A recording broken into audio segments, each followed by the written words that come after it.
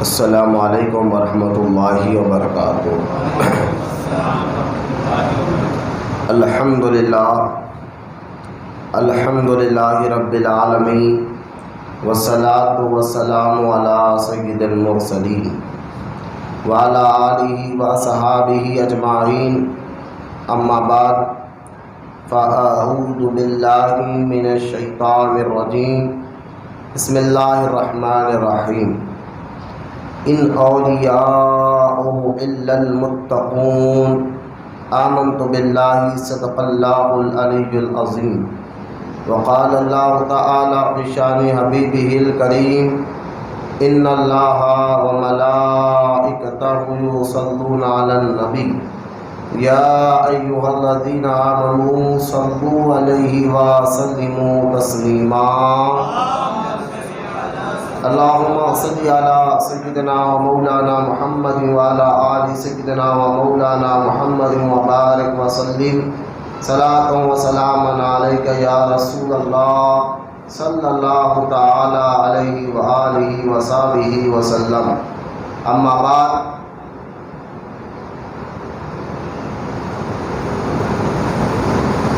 سب سے پہلے تو خانقاہ محبوب اولیاء کی جانب سے تمام مرید اور موقعید کو شہنشاہ دکن قطب الاقطاب حضرت سیدنا بابا شرف الدین علیہ رحمۃ الرضوان کے عرس مبارک کی مبارکبادی پیش کرتا ہوں، اور اللہ تعالیٰ کی بارگاہ میں دعا کرتا ہوں اللہ تعالیٰ حضرت کے فیضان سے ہم سب کو مالا مال فرمائے۔ آج ہم سرکار سیدنا بابا شرف الدین علیہ رحمۃ الرضوان کے عرس کے اس محفل میں جمع ہے، اور مجھے امید ہے کہ اللہ تعالیٰ ہمارے اس محفل کو سرکار بابا شرف الدین علیہ رحمۃ کے صدقے ذوالفضل و قبول فرمائے گا، اور ان کے صدقے میں ہمارے ماں باپ کی مغفرت فرمائے گا انشاءاللہ۔ آپ حیدرآباد دکن میں اس وقت تشریف لائے کہ جب آپ کے آنے سے پہلے یہاں پر خصوصاً حیدرآباد دکن کی میں بات کر رہا ہوں، ابھی اتنا خاص طریقے سے اسلام کا پھیلاؤ نہیں تھا، ورنہ تاریخ گواہ ہے حضرت بابا شرف الدین رحمۃ اللہ علیہ عراق میں جس گھرانے میں پیدا ہوئے وہ گھرانہ امام حسین رضی اللہ تعالیٰ عنہ کا، آپ حسینی سید ہیں، اور دوسرا پھر آپ جو ہے آپ کے والد کا نام سید محمود رحمۃ اللہ تعالیٰ علیہ ہے، اور آپ 16 شعبان کو پیدا ہوئے، اور والد صاحب سے ہی پڑھا، 3 سال کی عمر سے ہی آپ اپنے والد صاحب کی شاگردی میں آ گئے، اور 10 سال کی عمر تک آپ کے والد محترم نے آپ کو حافظ قرآن بھی بنا چکا تھے۔ بابا صاحب رحمۃ اللہ علیہ 10 سال کی عمر میں حافظ قرآن بن چکے تھے۔ ابتدائی تعلیم آپ کو آپ کے والد صاحب نے ہی پڑھائی، سید محمود صاحب، اور اس لیے میں اکثر کہتا ہوں ابھی جن کی شادی نہیں ہوئی، جن کی شادی ہوئی ہے ابھی بچے آئیں گے، یہ سائنس کی طرف سے اس بات کی بھی تحقیق ہو چکی ہے کہ 3 سال کی عمر میں بچہ، اور سے سنیں آپ، 3 سال کی عمر میں بچہ 90% سیکھتا ہے، اور ساری زندگی 10% سیکھتا ہے۔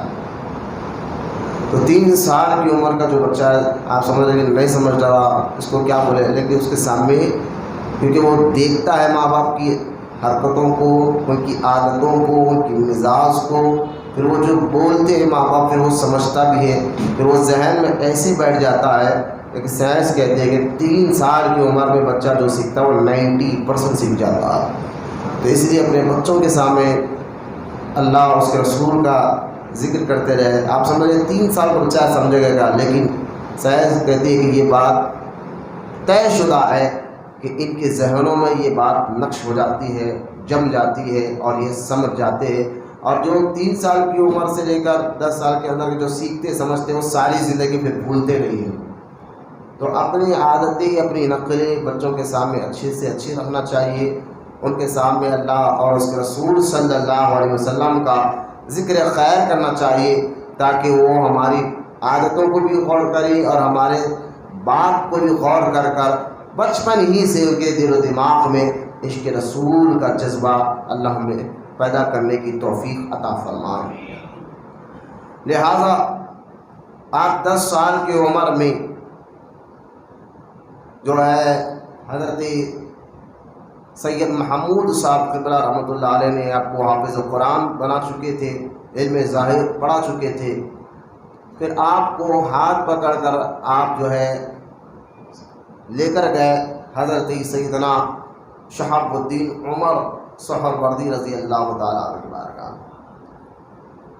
حضرت سیدنا شہاب الدین عمر سہروردی رضی اللہ تعالیٰ عنہ کون ہے؟ یہ سلسلہ سہروردیہ کے بانی ہے، یعنی آپ کے چاچا بانی ہے، لیکن سلسلہ سہروردیہ آپ سے زیادہ پھیلا ہے۔ سہروردیہ کا مطلب کیا ہے؟ جیسا کہ میں اکثر کہتا ہوں کہ خواجہ غریب نواز رحمۃ اللہ تعالیٰ علیہ کو ہم چشتی کہتے ہیں نا، چشتیہ سلسلہ۔ تو چشتیہ سلسلے کا مطلب یہی ہے کہ خواجہ غریب نواز رحمۃ اللہ تعالیٰ علیہ کے پردادا پیر، جو آپ کے پیر کے پیر کے پیر ہے، جن کا نام ابو اسحاق شامی تھا رحمۃ اللہ علیہ، جب ابو اسحاق شامی رحمۃ اللہ تعالیٰ علیہ اپنے مرشد کے پاس گئے اور وہاں سے تربیت حاصل کرنے کے بعد ان کو خلافت دی گئی، تو آپ کے پیر و مرشد نے فرمایا تھا تمہارا نام کیا ہے؟ آپ نے فرمایا تھا حضور میرا نام ابو اسحاق، کیونکہ شام کے رہنے والے تھے، ملک شام کے، انہوں نے کہا میرا نام ابو اسحاق شامی ہے۔ تو آپ کے پیر و مرشد نے فرمایا تھا نہیں، آج کے بعد تمہارا نام ابو اسحاق چشتی ہوگا، اور تم چشت کے علاقے میں جاؤ اور جا کر جو ہے وہاں پر تبلیغ دین کرو۔ تو آپ اپنے پیر کے حکم پر پھر ایران سے نکل کر جو ہے افغانستان کا علاقہ، اس دور میں ایران کا حصہ تھا، آج وہ افغانستان کا حصہ ہے، جس کو اس علاقے کو چشت کہتے ہیں، وہاں پر ابو اسحاق شامی رحمۃ اللہ تعالیٰ نے تبلیغ دین کے لیے اپنے پیر کے حکم پر وہاں گئے اور وہاں تبلیغ دین کیا۔ آج بھی آپ کا مزار مبارک اسی علاقے میں موجود ہے، جس علاقے کو چشتی کہتے ہیں، چشت کہتے ہیں، اس لیے کہ آج تک جو ابو اسحاق چشتی کے مرید ہوتے رہے ان کو چشتی کہا جانے لگا۔ تو خواجہ غریب نواز بھی ابو اسحاق چشتی کے مریدوں میں سے آتے ہیں، اس لیے آپ کو بھی چشتی کہا جاتا ہے، لیکن چشتی سلسلہ زیادہ پہچانے گیا غریب نواز کی وجہ سے۔ اسی طرح سلسلہ سہروردیہ، سہرورد بھی ایک گاؤں، ایک قبضے کا نام ہے، ایک علاقے کا نام تھا سہرورد، ٹھیک ہے؟ وہ علاقہ کا ہے ہمدان، جو عراق کے علاقہ ہے ہمدان اور نجران، یہ دونوں کے بیچ میں ایک چھوٹا سا گاؤں تھا، اس گاؤں کا نام تھا سہروردیہ۔ ہمدان اور نجران ابھی موجود ہے، یہ ابھی آج بھی ایران میں یہ شہر سہروردیہ موجود ہے، ٹھیک ہے؟ تو وہاں پر ہمدان اور نجران کا جو علاقہ تھا، چھوٹا سا گاؤں تھا، اس کو سہروردیہ کہتے ہیں، اور آج بھی وہ گاؤں ایران میں موجود ہے، وہ علاقہ آج بھی موجود ہے۔ تو اس علاقے میں پیدا ہوئے تھے حضرت سیدنا شہاب الدین عمر سہروردی رضی اللہ عنہ، کیونکہ پیدا اس علاقے میں، جیسے کہ ہم حیدرآباد میں پیدا ہوئے، ہم حیدرآبادی ہیں، تو آپ اس علاقے میں پیدا ہوئے تھے، تو اس لیے آپ کو سہروردی کہا جاتا تھا۔ شہاب الدین عمر یہ کون ہے؟ بابا شریف الدین کے پیر و مرشد ہیں۔ تو شہاب الدین عمر سہروردی رضی اللہ تعالیٰ عنہ، کیونکہ پیدا سہرورد میں ہوئے اس لیے آپ کو سہروردی کہا جاتا ہے۔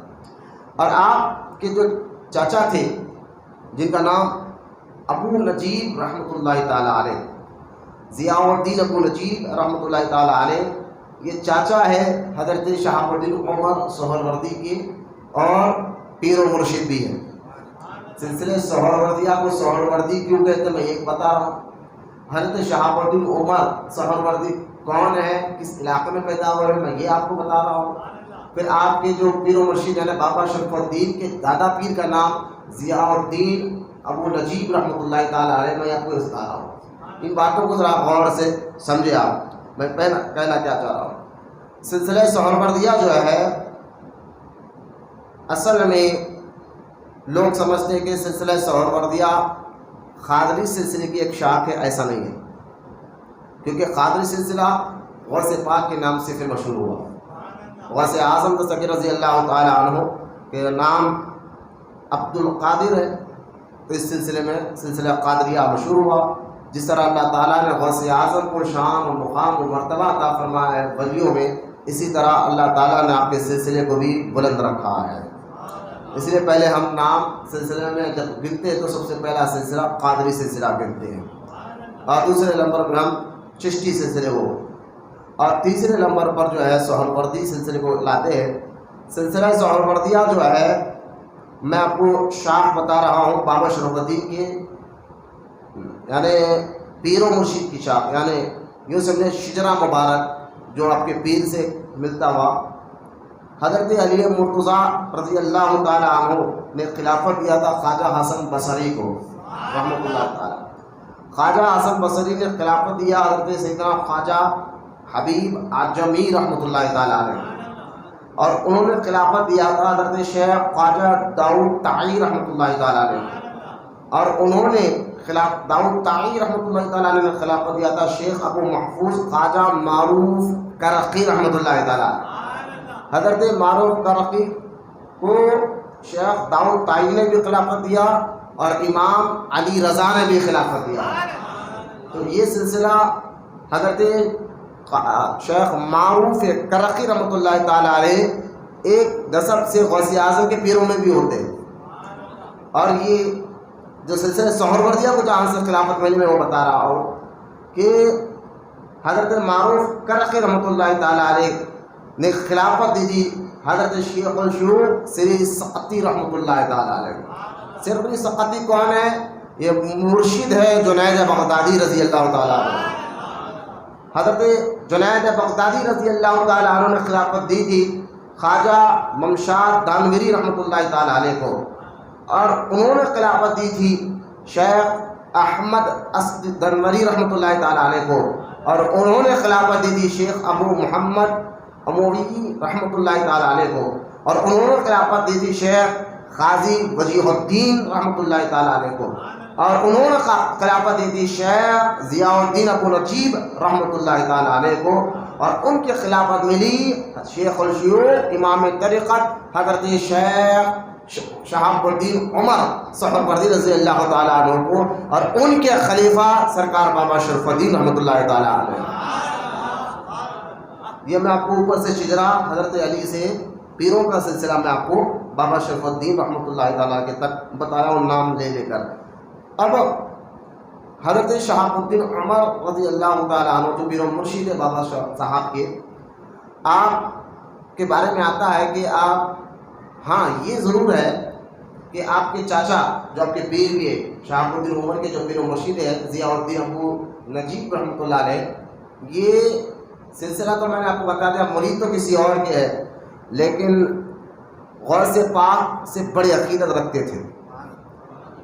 شہاب الدین عمر سہروردی کے چاچا غوث پاک سے بڑی محبت رکھتے تھے. ہر ولی رکھتا ہے, لیکن ظاہری زندگی کی میں بات بتا رہا ہوں کہ آپ بڑی محبت رکھتے تھے اور غوث پاک کے پاس بار بار جایا کرتے تھے, کیونکہ غوث پاک کا دور اور ان کا دور ظاہری زندگی کا ایک ہی تھا.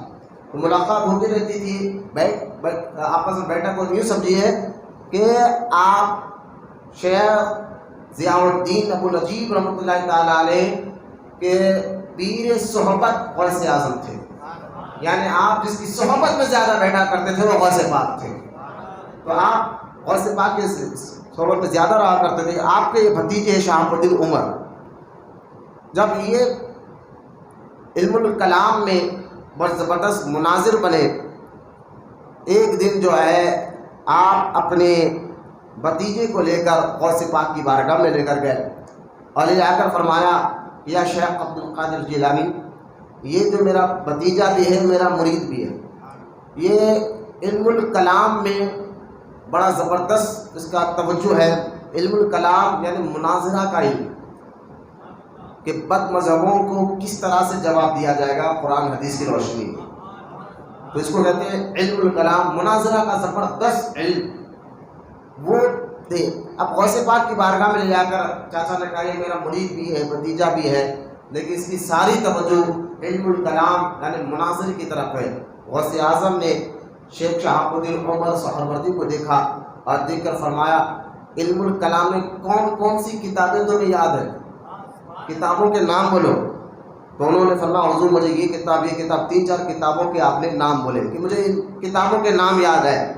تو حضرت غوث پاک رضی اللہ تعالیٰ عنہ کی نگاہ نبوت، نگاہ ولایت یہ دیکھ رہی تھی کہ اصل میں یہ مناظرے سے آگے اس سے تصوف کا ایک سلسلہ جاری ہونا ہے اور بہت سے لوگ اس سے جو ہے سدھرنے والے ہیں۔ یہ نگاہ ولایت غوث پاک نے دیکھ لیا تھا۔ غوث اعظم نے شیخ شہاب الدین عمر سہروردی کے سینے پہ ہاتھ رکھا، اور ہاتھ رکھنا تھا جتنی کتابیں ان کو یاد تھی، بلکہ اس کے بعد زبردست حافظ بھی تھے، عالم بھی تھے، مناظر بھی تھے، لیکن جتنے کتابوں کے مناظر تھے ساری کتابیں شہاب الدین عمر بھول گئے۔ جب غوث پاک ان کے سینے پر ہاتھ رکھا تو ساری کتابیں بھول گئے۔ غوث اعظم نے فرمایا اب بتاؤ کون سی کتاب تو نے پڑھی تھی؟ تو وہ ہاتھ جوڑ کے کہنے لگے حضور اب تو مجھے کچھ یاد ہی نہیں رہا۔ تو غوث اعظم سگیر رضی اللہ تعالیٰ نے فرمایا کہ عمر گھبراؤ نہیں، جب تختی پر کچھ لکھا جاتا ہے تو پہلے اس کو میٹ دیا جاتا ہے، اس کے بعد جو ہے تو لہٰذا تمہارے کام کچھ اور لینا ہے، یہ کہا اور پھر سینے پہ ہاتھ پھیرا تو اللہ تعالیٰ نے غوث اعظم دستگیر رضی اللہ تعالیٰ عنہ کے وسیلے سے شہاب الدین عمر سہروردی رضی اللہ تعالیٰ عنہ کو پہلے سے زیادہ علم ظاہر اور علم باطن سے مالا مال فرما دیا۔ تو خیر سلسلے سہروردیہ والوں کو فیض بھی ہر ولی کو فیض غوث اعظم سے ہی ملتا ہے، میں کوئی شک نہیں ہے، لیکن جو سلسلے سہروردیہ ہے نا غوث اعظم نے تو ہاتھ لگا کر دیا ہے، حالانکہ یہ مرید نہیں ہے غوث پاک کے، لیکن پیر صحبت ضرور ہے، یعنی ان کی صحبت میں حضرت شہاب الدین عمر سہروردی بیٹھا بھی کرتے تھے، آپ کے چاچا بھی بیٹھا کرتے تھے، یعنی پیر بھی بیٹھا کرتے تھے، مرید بھی بیٹھا کرتے تھے، اور یہ سلسلہ بہت سال تک چلتا رہا۔ غوث اعظم کی ظاہری زندگی تک ان دونوں بزرگان دین نے یعنی آپ کے چاچا نے اور آپ نے دونوں مل کر غوث اعظم سے خوب فیض لیا ہے۔ جب سرکار غوث پاک رضی اللہ تعالیٰ عنہ 560 ہجری میں پردہ فرما گئے تو بغداد کا جو علاقہ تھا، جو ظاہری طور پر آج بھی غوث پاک ہے، لیکن ظاہری طور پر بغداد میں سب سے زیادہ فیض جو جس خانقاہ سے ملتا تھا وہ قادری سلسلے یعنی غوث پاک کے وسیلے سے۔ لیکن جب 560 ہجری میں غوث پاک رضی اللہ تعالیٰ نے پردہ فرما گئے تو اس کے بعد بغداد میں اگر کوئی بزرگ تھا جن سے لوگ زیادہ متاثر تھے، فیض لیتے تھے، وہ شہاب الدین عمر سہروردی کے پیر و مرشد ابو شیخ ضیاء الدین ابو نجیب رحمۃ اللہ تعالیٰ علیہ تھے۔ آپ پھر غوث پاک کے ظاہری طور پر پردہ فرمانے کے بعد غوث اعظم کی پردہ فرمانے کے بعد خانقاہ کا کام پھر آپ نے جاری فرمایا، لیکن یہ زیادہ دن تک چلا نہیں۔ 1 سال کے اندر یعنی 560 ہجری میں غوث اعظم پردہ فرمائے اور 561 ہجری میں شہاب الدین عمر سہروردی کے پیر و مرشد کا بھی وصال بہا ہوا، وہ بھی دنیا سے لے گئے۔ جب یہ دونوں بڑے بزرگان دین دنیا سے گئے تو اس وقت سارے بغداد میں جس کا فیض جاری ہوا خانقاہ کے ذریعے وہ شہاب الدین عمر سہروردی ہے، جو پیر و مرشد ہے بابا شرف الدین علیہ رحمہ کے۔ حضرت اب اس سے اندازہ ہو گیا ہوگا کہ حضرت شہاب الدین عمر سہروردی کون ہے، جو غوث اعظم سے فیض لے رہے ہیں، جو ظاہری زندگی سے غوث پاک کے پردہ فرمانے کے بعد اور آپ کے پیر و مرشد کے پردہ فرمانے کے بعد سب سے زیادہ فیض جو ہے خانقاہ سہروردیہ کا چلا وہ شہاب الدین عمر سہروردی رضی اللہ تعالیٰ عنہ کے ذریعے سے چلا ہے۔ اور پھر جو ہے بہت سے لوگ آپ کی خانقاہ میں آتے تھے، اس لیے بابا شرف الدین رحمۃ اللہ تعالیٰ علیہ کے والد محترم نے آپ کو لے کر اسی خانقاہ میں گئے بغداد میں، جس کو خانقاہ سہروردیہ کہا جاتا ہے، اور جا کر لیکن شہاب الدین عمر سہروردی رضی اللہ تعالیٰ اس دور میں ہے جس دور میں بڑے بڑے اولیاء کرام موجود ہیں. خود جو ہے جو مدرسہ تھا جس کو نظامیہ کہا جاتے تھے، اس نظامیہ مدرسے کے سب سے بڑے مدرس استاد کا نام عبد الرحمن ابن جوزی رحمۃ اللہ تعالیٰ علیہ، اتنا بڑا. لیکن شہاب الدین عمر سہروردی رضی اللہ تعالیٰ عنہ کی عادت پاک یہ تھی، کوئی بھی اگر ان سے مرید بننے آتا تو آپ پہلے کیا کرتے، اس کو حضرت عبد الرحمن ابن جوزی رحمۃ اللہ تعالیٰ علیہ کے مدرسہ نظامیہ بھیجاتے اور کہتے پہلے جاؤ اور وہاں جا کے علم ظاہر پڑھ کر رہو. آپ کی عادت تھی آپ کسی بھی مرید کو ڈائریکٹ خانقاہ میں آتے مرید نہیں کرتے جب تک وہ علم ظاہر یعنی وہ اس مدرسے میں جا کر علم ظاہر یعنی جامعہ نظامیہ میں جا کر علم حاصل نہ کر لے. تب وہ علم حاصل کر لیتا تب اس کو بلا کر مرید بناتے تھے. یہ آپ کی عادت تھی کس کی؟ شہاب الدین عمر سہروردی کی. لیکن جب بابا شرف الدین کو لے کر ان کے والد خانقاہ میں پہنچے اور پہنچ کر فرمایا حضور یہ میرا بیٹا ہے، میں آپ کے غلامی میں اس کو دینے کر آیا ہوں، 10 سال کی عمر ہے، یہ میرا بیٹا میں آپ کے غلامی میں اس کو دینے آیا ہوں. حضرت سیدنا شہاب الدین عمر سہروردی کی عادت پاک تھی کہ وہ پہلے مدرسہ بھی جاتے. اگر میں عبد الرحمن ابن جوزی پر بولوں تو کافی وقت ہو جائے گا، وقت اپنے پاس ہونا اجازت دے گا. بس یوں سمجھیے کہ عبد الرحمن ابن جوزی علم کے بہت بڑے ہمالیہ کا نام تھا، زبردست عالم. اور جو ہے ان کے بارے میں عبد الرحمن ابن جوزی کے بارے میں کہا جاتا ہے انہوں نے امام بخاری شریف کی حدیثوں پر جمع کی تھی. تو خیر زبردست عالم تھے. تو آپ کی عادت پاک تھی شہاب الدین عمر سہروردی کی جب تک وہاں اس مدرسے میں نہیں بھیجاتے اس کو مرید نہیں بناتے تھے. اس سے اشارہ بھی ملتا ہے کہ بزرگان دین پہلے علم ظاہر یعنی شریعت کا علم سب سے بنیاد رکھتے تھے. علم کے بغیر خدا کا قرب کبھی نہیں مل سکتا. کوئی بندہ اللہ کے قریب جاہل ان پڑھ اللہ کے قریب نہیں ہو سکتا. اگر کسی میں اس سے پہلے بھی میں کہہ چکا ہوں اللہ تعالیٰ اگر کسی ان پڑھ جاہل کو بھی اپنے قریب کرنا چاہتا ہے تو پہلے اس کو علم عطا فرماتا ہے، پہلے اس کو علم عطا فرماتا ہے، اس کے بعد اس کو اپنے قریب کرتا ہے. تو لہٰذا حضرت شہاب الدین عمر سہروردی کی عادت پاک یہی تھی کہ پہلے آپ علم پڑھاتے، اس کے بعد کیونکہ تصوف کو سمجھنا ہے تو کوئی ان پڑھ جاہل آدمی کو یوں پر شیطان بھٹکا سکتا ہے جب تک وہ عالم نہ بنے. اگر عالم بنے گا تبھی وہ تصوف کی باریکیوں کو سمجھتا ہے، تبھی وہ طریقت کے مسئلوں کو سمجھ سکتا ہے. جاہل ان پڑھ آدمی اس کو کبھی سمجھ ہی نہیں سکتا. یہ شروع سے لوگوں کی طریقہ رہا ہے کہ وہ پہلے علم ظاہر کی طرف توجہ دلاتے اور وہاں پڑھانے کے بعد جو ہے پھر اس کو طریقت سمجھاتے، تصوف سمجھاتے اور تصوف کے باریکیاں اس کو سمجھایا کرتے تھے. شہاب الدین عمر سہروردی کی عادت پاک تھی جو بھی آپ کے پاس مرید بننے آتا فوراً اس کو جو ہے نظامیہ بھیجا دیتے. لیکن بابا شرف الدین علیہ رحمہ کو جب ان کے والد محترم نے فرمایا کہ حضور یہ میرا بیٹا ہے، میں آپ کی خدمت میں لایا ہوں. عادت تو یہ تھی کہ سب کو پہلے بھیجا دیتے، لیکن جیسا بابا صاحب کو اپنے پیر مرشد نے دیکھا اور دیکھ کر فرمایا اچھا اس کو چھوڑ دو میرے پاس.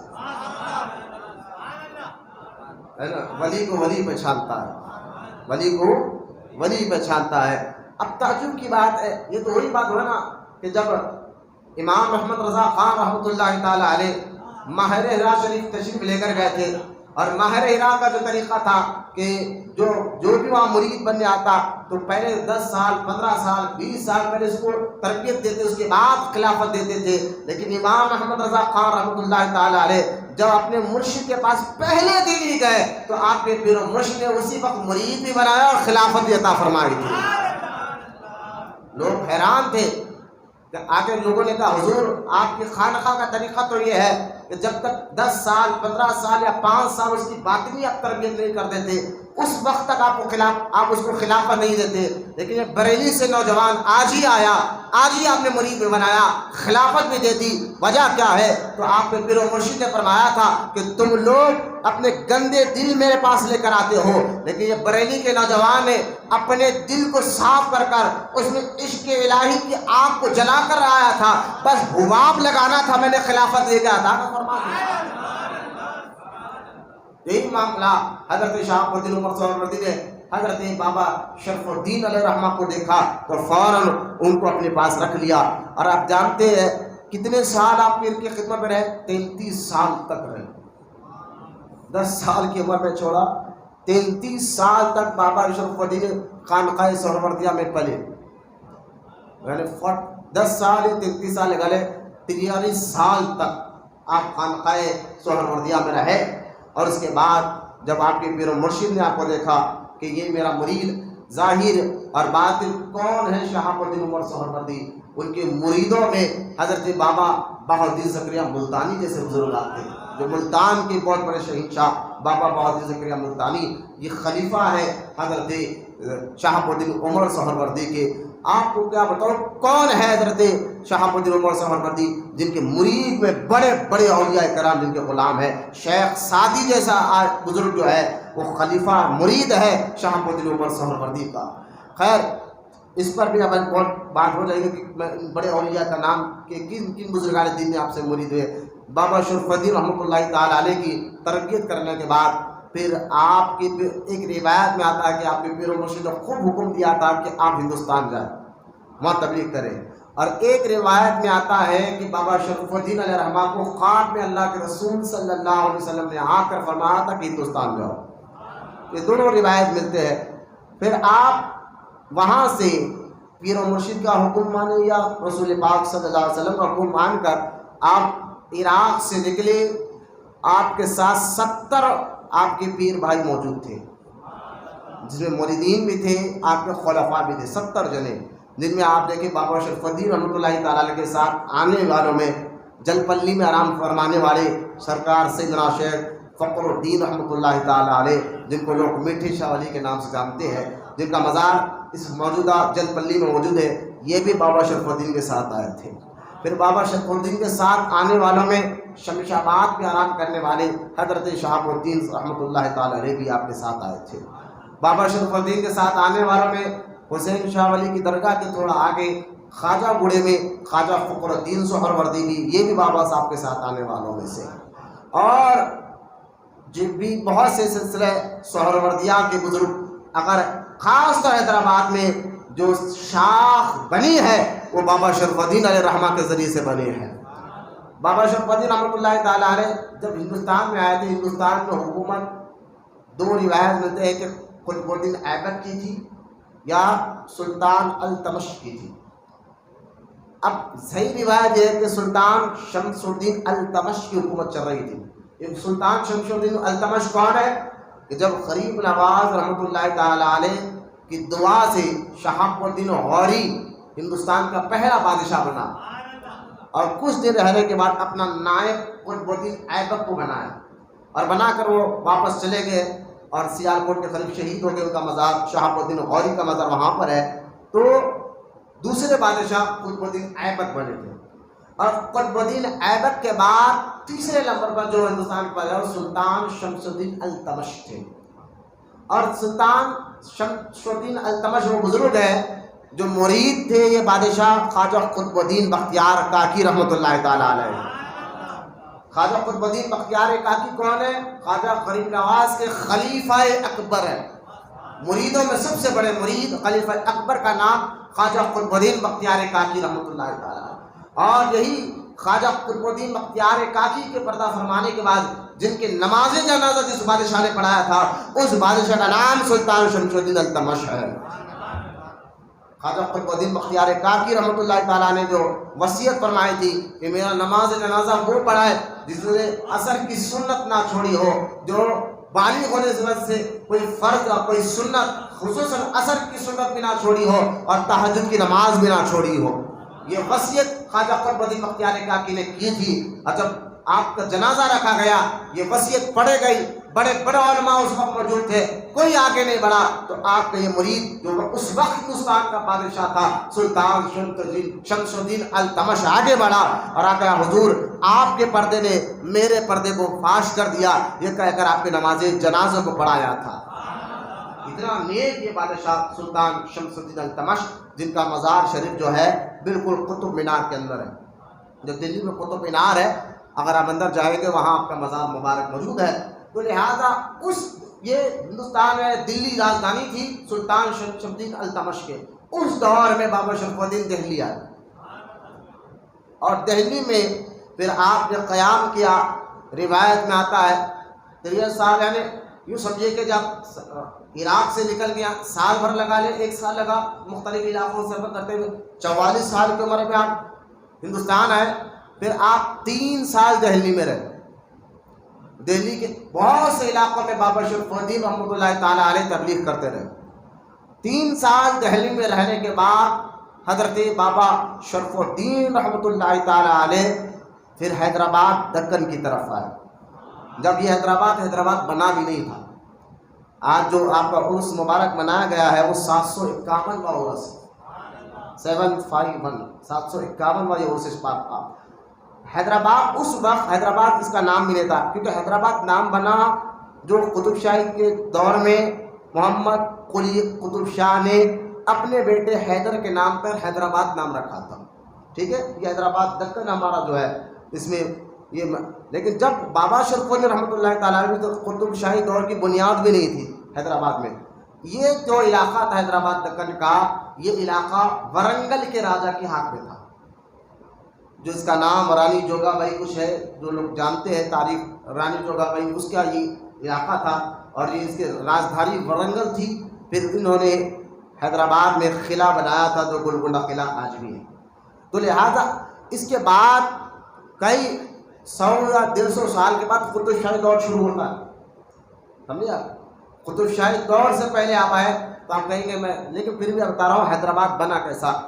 حیدرآباد دکن جو ہے، یہاں جو ہے ورنگل کے جو بادشاہ کی حکومت کے بعد پھر قطب شاہی دور شروع ہوا۔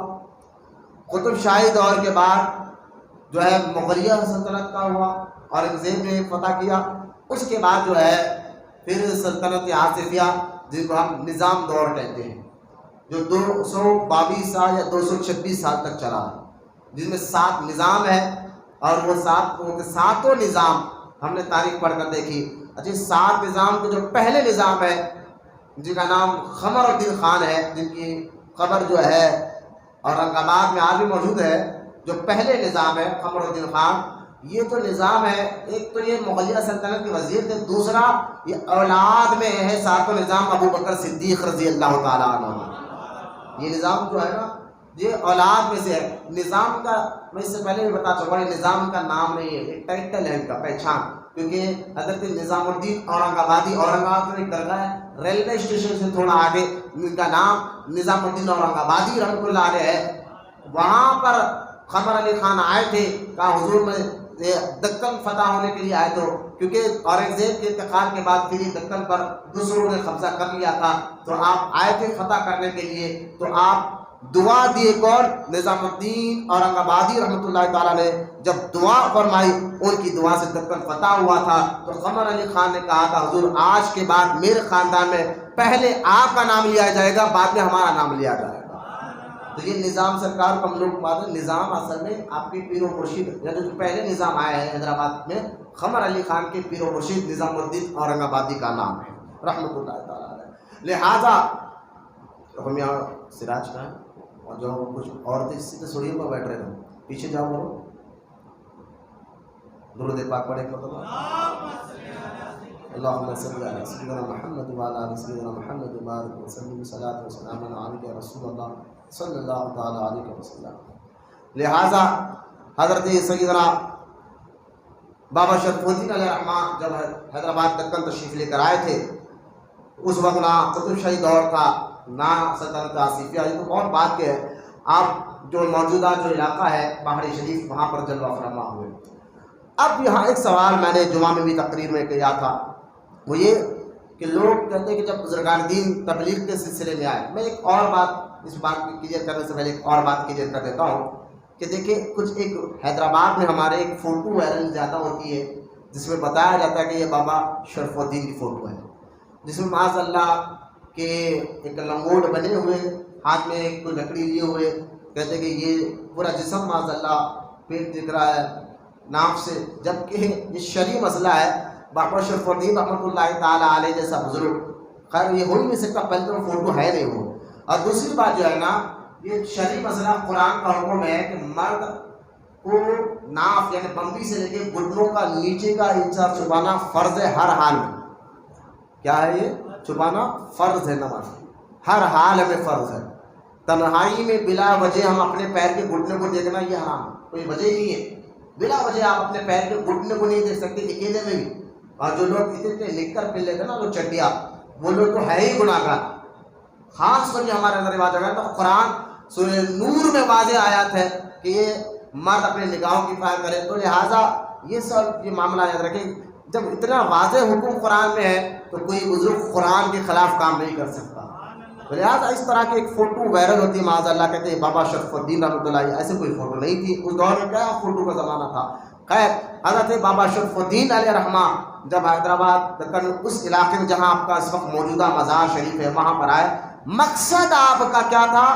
دین کی تبلیغ کرنا. پھر آپ کے ذہن میں سوال آ سکتا ہے کہ آج 700 750 سال ہو گئے، آج بھی بڑی مشکل سے آبادی وہاں بہت کم ہے. اس وقت آج کے دور میں 2023 میں آبادی وہاں پر اتنی کم ہے، تو آج سے 750 سال پہلے کتنی آبادی تھی گی؟ پھر بابا شرف الدین کس کو تبلیغ کرنے گئے؟ اتنے جنگل میں بیٹھے. کیونکہ کچھ لوگ سمجھتے ہیں کہ بزرگان دین کا کام کیا ہوتا ہے، وہ صرف عبادت کرتے رہتے ہیں، بس جنگل میں بیٹھے ہاتھ میں تسبیح لیے اللہ اللہ کرتے رہتے ہیں، بس عبادت، یہی اللہ کے ولی ہے. یہ ہمارا ایک سوچ بنی ہوئی، ذہن بنا ہوا ہے. دیکھیے یقیناً بعض بزرگان دین جنگلوں میں برسوں اللہ بیٹھ کر عبادت کرے، اس میں کوئی ڈاؤٹ نہیں ہے، لیکن اکثر ان کا مقصد لوگوں کو ہدایت پہنچانا ہوتا ہے، تبلیغ کرنا ہوتا ہے. تو بہت سے بزرگان دین عبادت بھی کرتے تھے اور لوگوں کے بیچ میں رہ کر لوگوں کو سیدھا راستہ بھی بتاتے تھے. تو یہی اصل بزرگوں کا کام ہوتا تھا.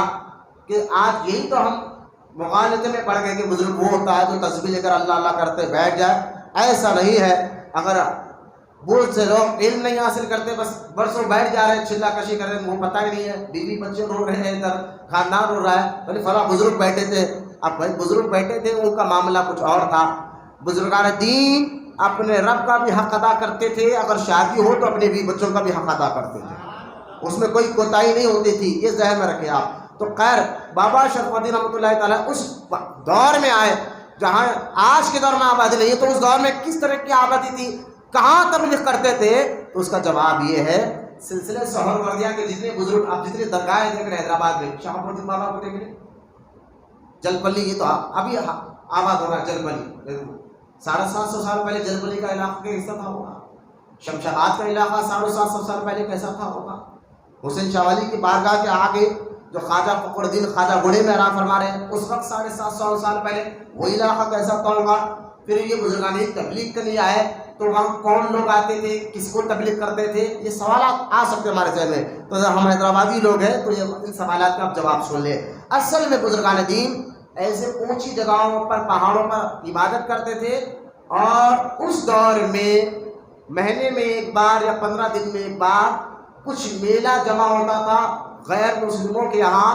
وہ ایسے علاقوں میں جمع ہوتا تھا جہاں 500 1000 آدمی جمع ہو کر اپنی اپنی خوشیاں مناتے تھے. تو لہٰذا بزرگان نے اس لیے ایسے علاقے کو چنا، بستی محلے کو نہیں چنا، ایسے علاقوں کو چنا جہاں مہینے میں ایک بار، 15 دن میں ایک بار لوگ بلب کی تاریخ میں جمع ہو جاتے، ہزاروں کی تعداد میں جمع ہوتے تاکہ اپنی خوشی منائے. تو اس علاقے میں بزرگان نے ڈیرا ڈال لیا. جیسا وہ لوگ اپنی خوشی منانے جمع ہوتے، یہ بزرگان نے نکل کر ان کو تبلیغ کیا کرتے تھے.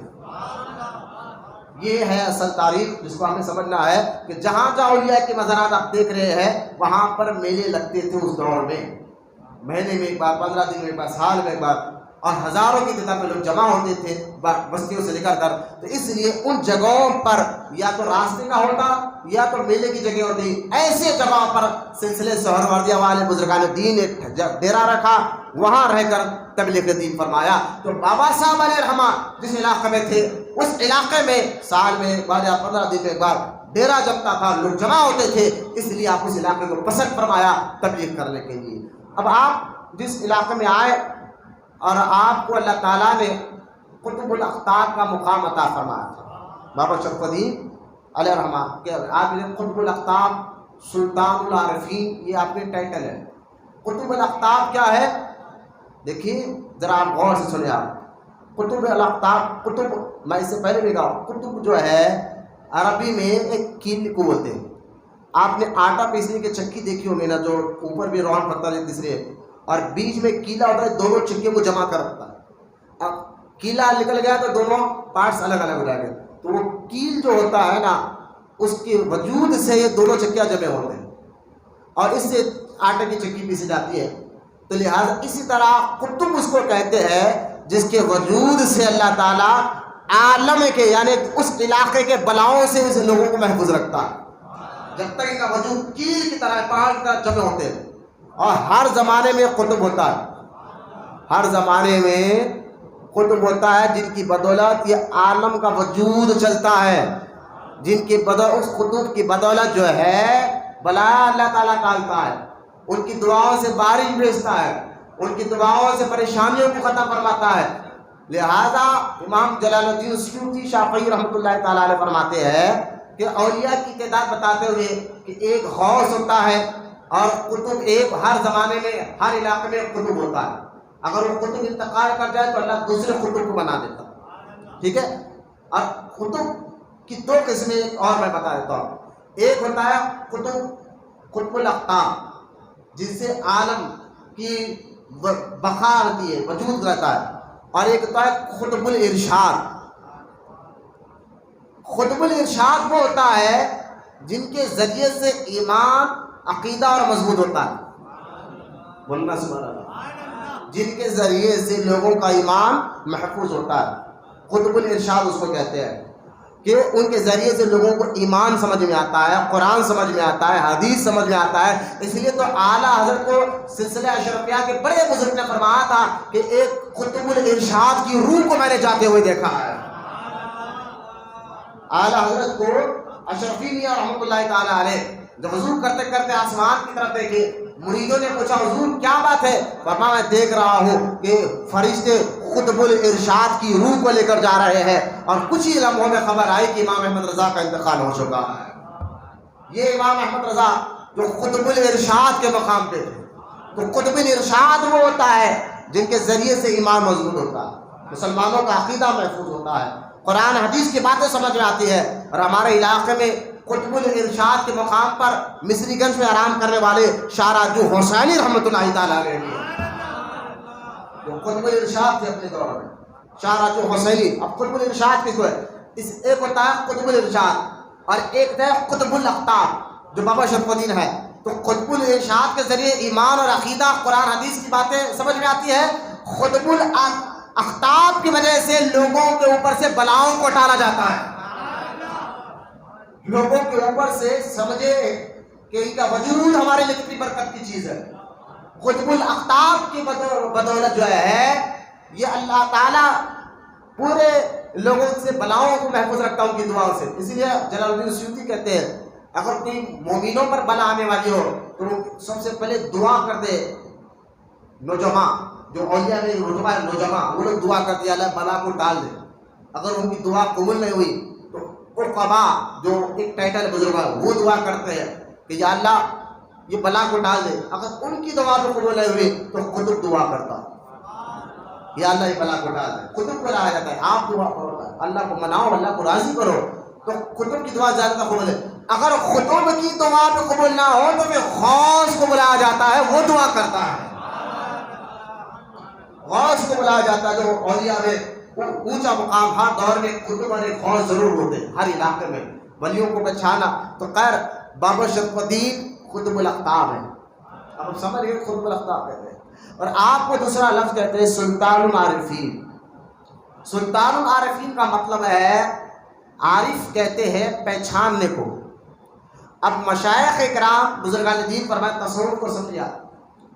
مشائخ اکرام فرماتے ہیں کہ جیسے کہ اب ہم لوگ پر ایک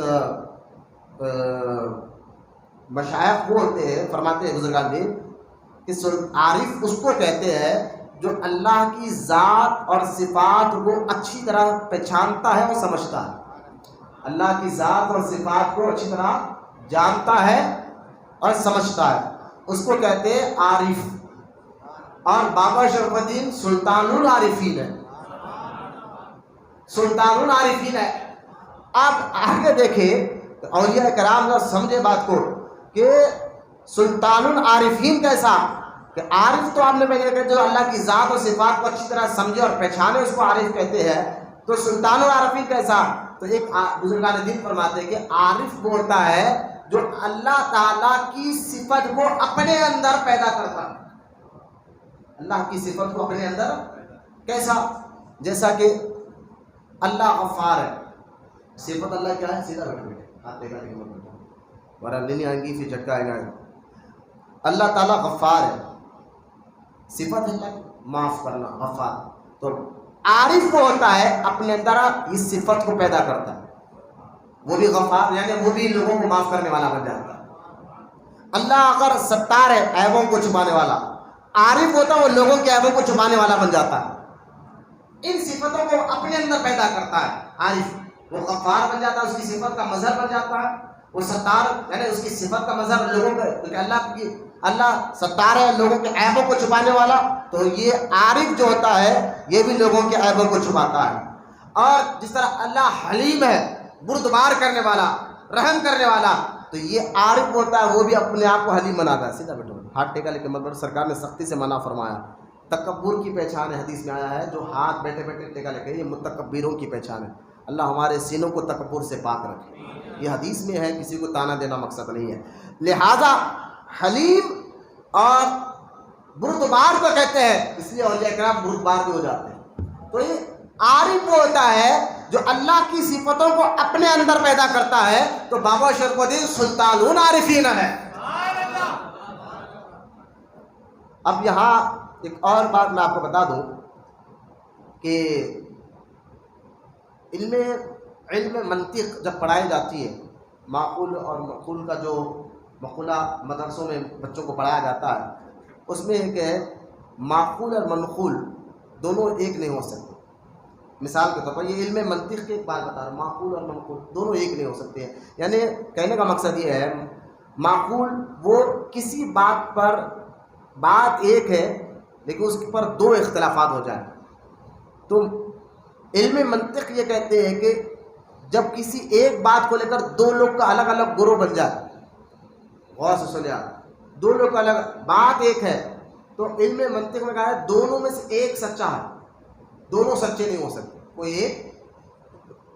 لیکن جب ایک شخص سے پوچھا گیا، وہ بھی بڑا نیک آدمی تھا، اس نے جواب جو دیا، بھائی علم منطق کا تو ایک قاعدہ ہے، جب کوئی ایک بات ہو اور ایک بات کے دو لوگ پیدا ہو جائے، لوگ یہ بات، کوئی کہہ رہا ہے یہ بات صحیح، کوئی کہہ رہا ہے بات ہے کہ دونوں میں سے ایک سچا، یہ علم منطق کا طریقہ ہے۔ لیکن یہ چاروں امام ہیں، امام اعظم ابو حنیفہ، امام مالک، امام شافعی، امام احمد بن حنبل، یہ چاروں کے اختلافات علم ہے، کوئی یہ کہتا ہے تو کوئی یہ کہتا ہے، کوئی یہ کہتا ہے تو کوئی یہ کہتا ہے، تو یہ چاروں میں اختلافات ہے۔ اور علم منطق کہتا ہے ایک بات میں جو ایک تو سچا ہوتا ہے، چاروں میں سچا کون ہے؟ جبکہ علم منطق تو یہ کہہ رہا ہے، رولز تو یہ کہہ رہا ہے کہ ایک سچا ہوتا ہے، ایک غلط ہو سکتا ہے، لیکن چاروں اماموں میں اختلافات ہیں علم فروع کو لے کر، تو سچے کیسے ہو سکتے ہیں؟ اس بزرگ نے جواب دیا یہ چاروں بھی سچے۔ بھائی علم منطق تو یہ کہہ رہی ہے، اس بزرگ نے چھوڑ علم منطق کو، تصوف میں آ کر ان چاروں کو دیکھا، اور وہ کیسا؟ کہا یہ چاروں کے پیروکار میں امام اعظم ہو، امام مالک ہو، امام شافعی ہو، امام احمد بن حنبل ہو، ان چاروں کے پیروکار میں بڑے بڑے خطب بھی ہیں، ابدال بھی، تو ان کے شاگرد بنے بیٹھے ہیں۔ تو یہ چاروں بھی صحیح ہے کیونکہ ان کے پیروکاروں میں، امام اعظم کے پیروکاروں میں، امام احمد بن حنبل کے پیروکاروں میں، امام مالک کے پیروکاروں میں، امام شافعی کے پیروکاروں میں بڑے بڑے بزرگان دین ہیں جو ان کی پیروی کر رہے ہیں علم فروع میں، تو لہٰذا یہ چاروں بھی سچے ہیں، کیونکہ اب ان کے اختلافات کو نہیں، ہم ان بزرگوں کو دیکھ رہے ہیں جو ان کی پیروی کر رہے ہیں۔ تو جو عارف سلطان العارفین، کیونکہ حضرت شہاب الدین عمر سہروردی سے مسلک شافعی مسلک کیا، تو امام بابا غالباً میں گمان کرتا ہوں، لیکن تاریخ میں تو نہیں، غالباً ہو سکتا ہے کہ بابا شرف الدین شافعی ہو، شافعی مسلک کیا ہو، کیونکہ آپ کی پیر و مرشد شافعی ہے۔ لہٰذا حضرت بابا شرف الدین علیہ رحمہ کو قطب الاقطاب کیوں کہا جاتا ہے، اس کا معنی میں نے آپ کو بتایا۔ سلطان العارفین کیوں کہا جاتا ہے، اس کا معنی بھی میں نے آپ کو بتا دیا۔ آپ امام حسین رضی اللہ تعالیٰ عنہ کی اولاد پاک میں سے ہیں۔ پھر آپ جب حیدرآباد تک کا تشریف لائے اور آپ نے اپنے مریدوں کو خاص طور پر تاکید کیا تھا کہ دیکھو ہم ایسے علاقے میں آئے ہیں جہاں پر مسلمانوں کا چہرہ دیکھنا بھی پسند نہیں کرتے تھے اس وقت یہاں کے لوگ، ایسے دور میں بابا صاحب آئے، بہت بڑا احسان ہے خاص طور حیدرآباد والوں پر بابا شرف الدین علیہ رحمہ کا۔ اب ایسے دور میں آئے جہاں یہ تاریخ گواہ ہے کہ اس وقت چہرہ دیکھنا بھی گوارا نہیں ہوتا تھا۔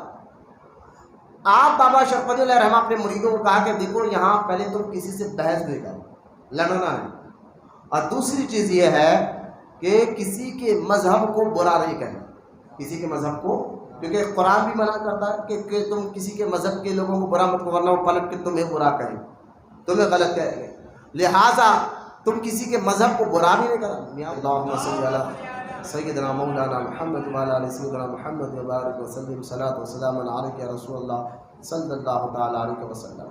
لہٰذا یہ تعلیم آپ نے دی تھی، پھر آپ کے دھیرے دھیرے خلوص اور اخلاق کو دیکھ کر ایسے ماحول میں جہاں چہرہ دیکھنا گوارا نہیں کرتے تھے لوگ، آپ نے ایسے لوگوں کو اپنے اخلاق اور اپنے مزاج سے ان کے مزاجوں کو نرم فرمایا کہ اللہ کہتا تبلیغ کرو لیکن اس میں حکمت بھی رکھو، بات وجوہات ہوتی ہے حکمت کرنے کے۔ آپ کو دیکھ کر لوگ مرغوب ہونے لگے، یار یہ بڑے اچھے اخلاق کے لوگ ہیں، آئے ہیں ان کی مزاج اچھی، نرمی اخلاق پیدا کر کر آپ نے۔ اب آپ کا چرچا کیسے ہوا بابا صاحب کا؟ حیدرآباد دکن میں ایک غریب کسان تھا جس کی بیل تھی اور 2 مہینے ہو چکا تھا گم ہو کر، بہت ڈھونڈا اس کو کہیں پتہ نہیں چلا، 2 مہینے۔ اس 2 مہینے کے بعد اس نے کہا تو یہاں اس پہاڑ پر کچھ اچھے اچھے چہرے والے دکھتے ہیں، ان کے بڑے گرو کو جا کر کہتا ہوں کہ میری بیل مل جائے، وہ ایک ذریعہ ہے کمائی کرنے کا، ورنہ کیا ہوگا۔ 2 مہینے سے تھک گیا تھا ڈھونڈتے ڈھونڈتے، اور وہ گیا اور وہ جا کر حضرت بابا شرف الدین علیہ رحمۃ اللہ زبان سے کہا تو آپ نے فرمایا تیری بیل فلاں جگہ کھڑی ہوئی، جا کر لا لے۔ اب وہ 2 مہینے سے پریشان تھا، وہ دوڑا پہاڑ سے نیچے اترا، موجودہ پہاڑ جو بابا صاحب کا وہاں سے نیچے اترا، جس جگہ آپ نے بتایا تھا وہاں پر اس کی بیل کھڑی ہوئی تھی۔ اب یہ جو بیل لے کر وہ اپنے بستی میں گیا، سارے بستی میں چرچا ہو گیا کہ فلاں بابا کی دعا سے اب لوگ جو ہے نا جو چہرہ دیکھنا پسند نہیں کرتے تھے، پھر آپ کو دیکھنے کے لیے لوگ آنے لگے، اور دھیرے دھیرے آپ کے اخلاق، آپ کے مزاج، آپ کی عادتوں کو دیکھ کر بہت سے لوگ پھر اسلام قبول کرنے لگے۔ اور آپ جب اسلام قبول کرنے لگے تو کچھ ہر دور میں شر پسند لوگ بھی ہوتے ہیں تو برداشت نہیں ہوتا، کیونکہ آپ کا یہاں نا آپ کا رکنا اس وقت قلعے تک بھی، یعنی بادشاہ تک بھی یہ بات چلے گئی تھی، تو بادشاہ قلعے سے بھی لوگ آتے تھے آپ سے ملاقات کے لیے، آپ کے اخلاق کو، آپ کے مزاج کو دیکھنے کے لیے کہ کیسے لوگ ہیں، کیا کہتے ہیں، کیا بولتے ہیں۔ اب شر پسند لوگ تو موقع تلاش کر رہے تھے، کچھ تو گڑبڑی ہونا چاہیے تاکہ لوگ ان کے خلاف ہو جائے۔ اب ایک دن حضرت بابا شرف الدین علیہ رحمہ رحمۃ الرضوان جو ہے رات کے آدھے وقت تہجد کے وقت جو ہے جہاں آپ کا مزار شریف وہاں پر آپ کے خانقاہ تھی، پہاڑ پر بیٹھ کر کبھی کیفیت آتی ہے آپ لا الہ الا اللہ کا ورد کر رہے ہیں، بابا شرف الدین لا الہ الا اللہ کا ورد کر رہے ہیں، ورد ہم بھی کرتے ہیں، کبھی ایک وقت ایسا آتا ہے جس وقت میں خاص کیفیت اترتی ہے بندے پر، تو لہذا لا الہ الا اللہ کا ورد کرے تو ایک ایسی کیفیت پیدا ہوگی آپ کے ذکر میں کہ اس وقت پہاڑ اور آس پاس کے جتنے پتھرے تھے وہ ہلنے لگے، توحید رب کی توحید کا کیفیت سر کرنے لگے، اور اسی پہاڑ کے نیچے ایک بت رکھا ہوا تھا، وہ ہاندے کو گر گیا، اور جب گر گیا صبح ہوئی لوگ آئے کہتے کہ ہمارا تو بت گرا ہوا ہے۔ اب جو شر پسند والے تھے ان کو تو موقع مل گیا، بھیا جو بت گرا ہے اس کی ہو نہ ہو، یہ جو پہاڑ پر بیٹھے ہوئے لوگ انہوں نے کرا۔ اب پورے لوگ شر پسند لوگ جمع ہو گئے، غصے سے گئے جا کر بابا شرف الدین خان کی خانقاہ کے باہر چیخ پکار کرنے لگے، اپنے باہر تشریف لا فرمایا کیا بات ہے؟ کہا آپ کے لوگوں نے ہمارے بت کو گرا دیا ہے زمین پر۔ آپ نے فرمایا نہیں ایسا نہیں ہو سکتا، نہ میں نے اپنی مریدوں کی تعلیم دی ہی نہیں، بلکہ میں تو اپنے مریدوں کو، آپ نے حضرت بابا شرف الدین نے فاروق اعظم کا ایک واقعہ سنایا۔ آپ فرماتے بابا شرف الدین جب عمر ابن خطاب رضی اللہ تعالیٰ عنہ مسجد اقصی جب فتح ہوا تھا نا، مسجد اقصی، جب فتح ہوا تھا تو کچھ عیسائیوں نے کہا تھا حضرت عمر سے کہ حضور یہاں آپ نماز پڑھ لیجیے ان سیڑھیوں پر. تو حضرت عمر نے فرمایا نہیں، اگر میں یہاں نماز پڑھ لوں گا، چرچ تھا وہ، چرچ کی سیڑھیوں پر نماز پڑھ لوں گا تو آگے چل کر میرے چاہنے والے کہ عمر نے یہاں نماز پڑھی تھی، ہو سکتا ہے تیرے چرچ کو گرا دے، تو لہٰذا میں نہیں چاہتا کہ فتنہ ہو. تم لوگ ہو اپنی عبادت کرو، کیونکہ اسلام کسی کو زبردستی اسلام میں نہیں لاتا، بلکہ اپنی مرضی سے آنا چاہتے تو ان کو لاتا. زبردستی ہم قرآن تم ہماری سلطنت میں ہو تو اپنی عبادت کرتے رہو، تم جس کی عبادت کرتے رہو. لیکن ہم تو فاروق اعظم کی اخلاق تھے. یہ بابا شرف الدین نے کہا کہ ہمارے بزرگوں نے تو یہ اخلاق پتہ ہے کہ تاکہ لوگ مغالطے میں نہ پڑ جائے، ہم تو یہ نہیں کر سکتے. بابا شرف الدین رحمۃ اللہ علیہ نے فرمایا ٹھیک ہے چلو نیچے اترو، جو بت گرا وہی کہے گا کہ گرا کیسا. سارے لوگ حیران ہو گئے کہ یہ کیسے ہو سکتا ہے. بابا شرف الدین علیہ رحمہ پہاڑ سے نیچے اترے اور اس بت خانے کے قریب ٹھہرے اور فرمایا کہ لوگ کہہ رہے کہ ہم نے تجھے گرایا ہے، تو بتا اللہ کے قول سے تو گرا کیسے. تو بت لوگ حیران تھے اور پتھر کے بت نے آواز نکال کر کہا نہیں حضور، جو رات کے وقت تہجد میں آپ ذکر کر رہے تھے، توحید کا لا الہ الا اللہ کا ورد کر رہے تھے، زمین میں ایک زلزلہ کی طرح آیا اور وہ گر گیا، لہٰذا کسی آدمی نے نہیں بلکہ خود بخود میں گرا ہوں. کسی آدمی نے مجھے نہیں گرایا، خود بخود میں گرا ہوں. یہ کہنا تھا. وہ تمام کے تمام غیر مسلم لوگوں نے آپ کے ہاتھ پر کلمہ پڑھ کر مسلمان ہوئے.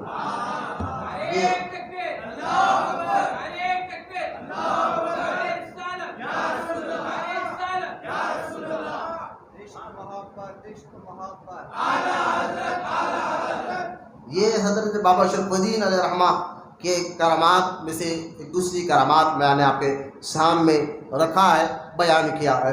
اور آپ علیہ رحمۃ الرضوان جو ہے ایک دن اپنے مریدوں کو بلا کر فرمایا کہ اب میں 9 سال کا چلہ کرنے جا رہا ہوں. آپ کہیں گے عمر کتنی تھی؟ بابا صاحب کی عمر جب پردہ فرمایا 101 سال تھی. تو آپ 9 سال کا چلہ کر آپ نے اپنے مریدوں کو تاکید کی یہ کرنا ہے. 9 سال کے چلے کے بعد جب آپ باہر تشریف لائے تو آپ کا چرچا پہلے سے زیادہ دگنا ہو گیا تھا. مریدوں نے تبلیغ کر کر آپ کے مریدوں نے دور دور تک بات پھیلائی تھی. پھر آپ کے خاص مرید نے فرمایا حضور ہم چاہتے ہیں آپ کا نکاح ہو جائے. تو آپ نے فرمایا مجھے اجازت نہیں ہے میں نکاح کروں. آپ نے نکاح نہیں فرمایا. بعض بزرگوں ہوتا ہے حضرت نظام الدین اولیاء نے نکاح نہیں کیا، بڑے بڑے بزرگ. تو آپ نے فرمایا مجھے اجازت نہیں ہے میں نکاح کروں. لیکن جو نکاح آپ میں آپ جو بزرگ صاحب اپنی بیٹی کو دینا چاہتے تھے وہ بھی بڑی عابدہ زاہدہ تھی، بڑی نیک پارسا. اور انہوں نے بھی کہا جب حضرت نکاح نہیں کریں تو میں بھی ساری زندگی نکاح نہیں کروں. اور آپ ساری زندگی مدرسے کی عالمہ تھی، پڑھاتے رہے بچوں کو، نکاح نہیں فرمایا. اور جب ان کا انتقال ہوا تو ان کا مزار آج بھی بابا صاحب کے بالکل نیچے سے حضرت پھیکی بی بی صاحبہ کے نام سے موجود ہے. آپ پھر جب نکاح نہیں کیا تو آپ کے جو بھتیجے ہیں بھائی کے بیٹے سید موسیٰ سہروردی کے جو بابا صاحب کے بالکل قدموں میں پہلتی ہوئی مزار ہے جن کا نام سید فرید الدین ہے، جو بابا شرف الدین کے قدموں میں ہی مزار ہے، ان کی اولاد سے آج ان کے خادمہ موجود ہیں. بابا شرف الدین علیہ رحمہ کی تبلیغ کا سلسلہ چلتا رہا. آخر کار میں یہ شراب کا ایک واقعہ بھی آپ کے کام بڑی مشہور جمعہ میں سنا چکا ہوں، لیکن میں اس پر واقعے کی طرح نہیں جانا چاہتا. آخر کار آپ نے فنا اور بقا کا راز بھی بتایا ہے. یہ روایت بڑی مشہور ہے کہ اولیاء کرام مرتے نہیں بلکہ جسم تبدیل ہوتا ہے، جگہ تبدیل ہوتی ہے. کیسے؟ جب بابا شرف الدین علیہ رحمہ کا وصال ہوا، اصل میں تاریخ آ رہی ہے 19 شعبان، 16 شعبان آپ کی پیدائش ہے، 19 شعبان کو آپ کا وصال مبارک ہوا. کتابوں میں تو یہ لکھا ہوا ہے، پتہ نہیں کہ 16 شعبان سے یہ لوگ عرس کیوں کرتے ہیں. ہو سکتا ہے پیدائش کا دن ہے ان کے وہاں سے عرس شروع کر دیتے.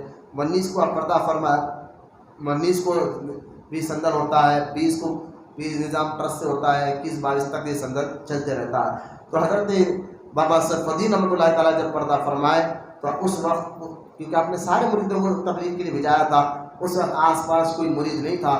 تو آپ خود نیچے اتر کر لوگوں کو بلا کر لائے کہ فلاں شخص کا انتقال ان کی تکفیر کریں گے. اور لوگ جب پہاڑ پر گئے تو دیکھا یہ تو وہی شخص ہے جو ابھی نیچے اتر کر ہمیں بلایا تھا. لوگ حیران لگے، تو بلانے والا بھی وہی ہے، جنازہ بھی اسی کا رکھا ہوا. بلانا والا بھی وہی ہے، جنازہ بھی اسی کا رکھا ہوا ہے. آپ کو پھر آپ کے مریدوں کو پتہ چلا اور دور دور سے لوگ آئے اور آپ کے جنازے کے بعد آپ کو بڑی عقیدت اور محبت کے ساتھ تدفین کیا گیا. پھر آپ کے بھتیجے سید فرید الدین نے خانقاہ کی ذمہ داری سنبھالی. پھر وہاں سے آپ کی اولاد آج تک چل رہی ہے. 750 سال ہو گیا ہے، آج تک آپ کا فیض جاری ہے. جو بھی عقیدت اور محبت کے ساتھ آج بھی بیٹھ کر جو مانگتا ہے اللہ تعالیٰ بابا شرف الدین علیہ رحمہ کے صدقے میں ضرور ان کو عطا فرماتا ہے. اللہ کی بارگاہ میں دعا اللہ ہم تمام کو کہنے سننے سے عمل کی توفیق عطا فرمائے. جتنے مرید معتقد یا بیٹھے مولا ان کو دنیا و آخرت میں کامیابی عطا فرمائے. ہمارے ظاہر باطن جسم روح دل کو پاک بنائے. ہمارے دلوں میں علم نافع کو داخل فرمائے. وما علینا الا البلاغ والحمد للہ رب العالمین. ذکر کا وقت ہو گیا ہے، بیٹھ جائیں انشاءاللہ.